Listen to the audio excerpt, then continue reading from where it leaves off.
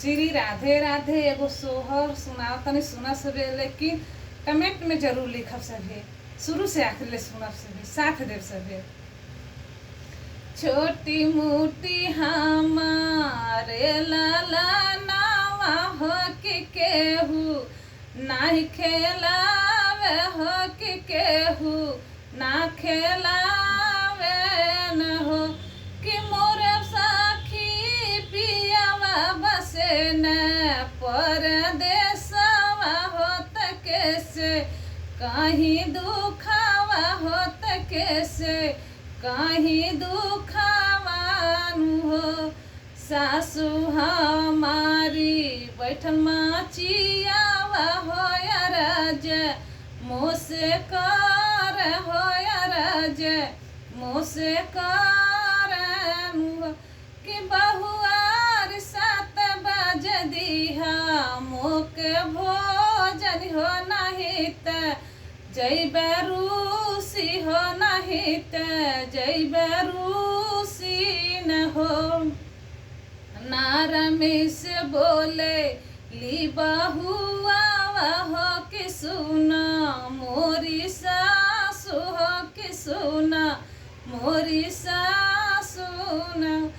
सासु गोदिया मर रोवे न बाला कावा हो भोजनिया, कैसे बनाई बे हो जवनमा, कैसे बनाई बेनु हो।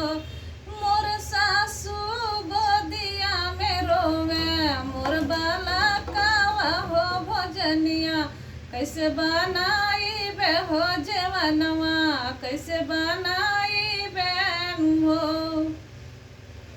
राम रसोईया बैठन जेठानी होत हम से राज कर, हम से राज कर कि छोटी 4 बजे पनिया भरी लाइया हो, नहीं त दिन निकाली हो, नहीं त दिन निकाली न हो।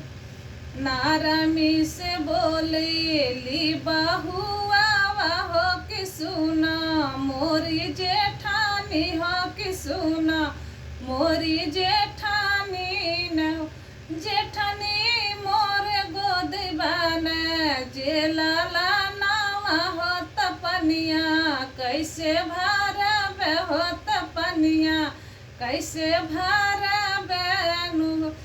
जेठनी तानी रौरे भरी लैती पानिया हो जवनमा, हम बनाई बे हो जवनमा, हम बना